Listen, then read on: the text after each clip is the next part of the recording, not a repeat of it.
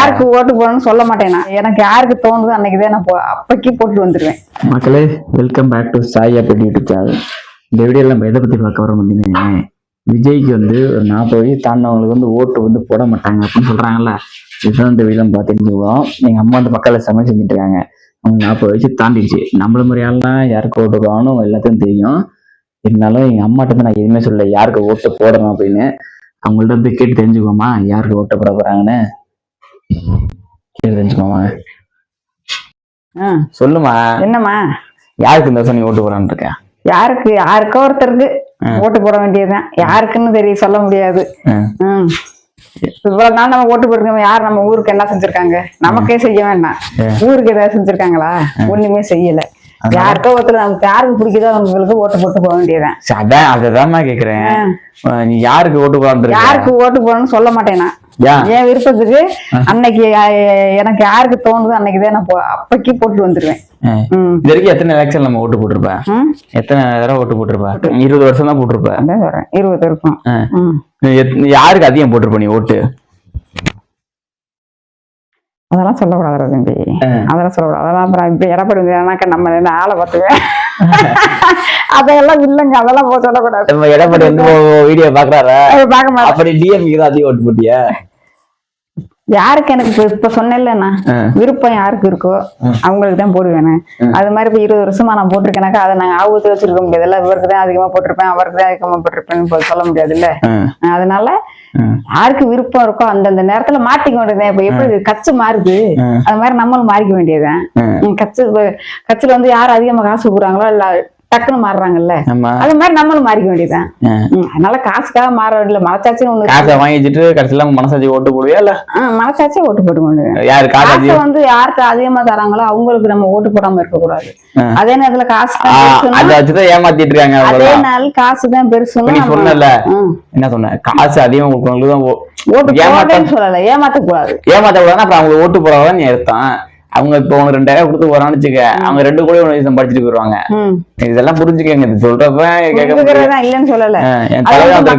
நம்ம ஓட்டு வாங்கி நம்ம ஜெயிக்கிறோம்னு வர்ற பிரசன்ல செய்ய மாட்டேங்கிறாங்க, வர தலைவரும் செய்ய மாட்டேங்கிறாரு, வர கஸ்டமர் வர கவுன்சிலர் செய்ய மாட்டேங்கிறாரு, ஒண்ணுமே செய்ய மாட்டேங்கிறாங்க. மக்களுக்கு என்ன நம்ம ஊருக்கு செஞ்சிருக்காங்க? இப்ப 5 வருஷம் ஆச்சுல, 5 வருஷமா என்ன தலைவர் என்ன செஞ்சிருக்காரு, கவுன்சிலர் என்ன செஞ்சிருக்காரு, பிரசிடண்ட் என்ன செஞ்சிருக்காரு? ஒண்ணுமே கிடையாது. ஓட்டு போட்டானா போடாட்டணும், ஏதோ போடக்கூடாது இருக்கணும், போடாம இருக்க கூடாதுங்கிறதுக்காக தான் நம்ம போடுறது. 5 வருஷத்துக்கு ஒரு தடவை ஒரு ஓட்டு போடுறது அதுக்குதான். அதனால வந்து யாரு ஓட்டு போடாம கூடாது, அதுக்காக நமக்கு யாருக்கு விருப்பம் இருக்கோ. ஆனா யாருமே நமக்கு நல்லது செய்யல, நம்ம வீட்டுக்கு நல்லது செய்யணும்னா சூப்பரா செய்யுமா? ஊருக்கு இல்ல கரெக்ட் தான், வீட்டுக்கு செய்ய வேண்டாம். இல்ல நீ செஞ்சிருக்காங்களா? ஒரு கல்வி கடன் பிள்ளைங்களுக்கு செஞ்சிருக்காங்களா? எல்லாம் வந்து கல்வி காலேஜ் முடிச்சு இப்ப 6-7 வருஷமா இருக்கிறேன். அந்த கல்வி கடன் யாராவது தள்ளுபடி பண்ணிருக்காங்களா?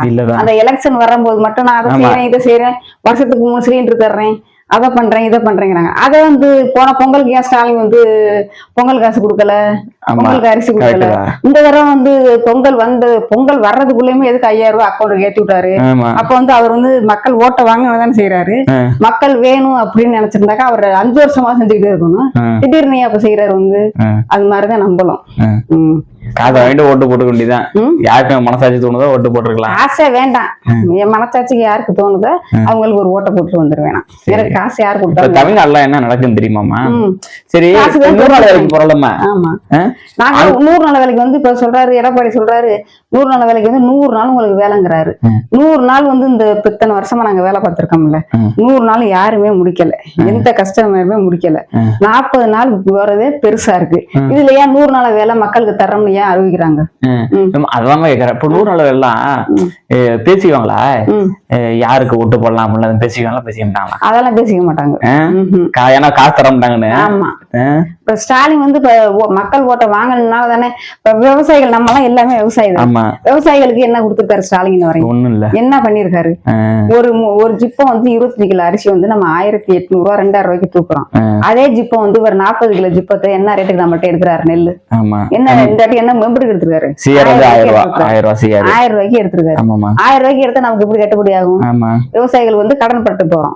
அத வந்து நீங்க வந்து வெளில பேச முடியும், இங்க வீட்டுக்குள்ள பேசுறீங்க. அது வந்து பயிர் கடன் போட்டோம்னா பயிர் கடன் தள்ளுபடி பண்ண மாட்டாங்க. இதெல்லாம் இங்க வர பேசுறீங்கல்ல, வெளியில வந்து ஒரு ஆள்கிட்ட ஏன் எதிர்த்து கேள்வி கேட்க முடியுங்க? வெளியில வந்து ஸ்டாலின் முதலமைச்சர் வரணும், முதலமைச்சர் வந்தாருன்னா அவர் கேட்கலாம், நம்ம எங்க போடுறாங்களா அங்க போகலாம். லேடிஸ் எல்லாம் அனுமதிக்க மாட்டேங்கிறாங்களே, அங்க போனோம்னாக்க லேடிஸ் எல்லாம் வராங்கிறாங்க. அப்ப நாங்க எங்க போய் பேச வேண்டும்? கிராம சபை கூட்டத்துல பேசலாம்.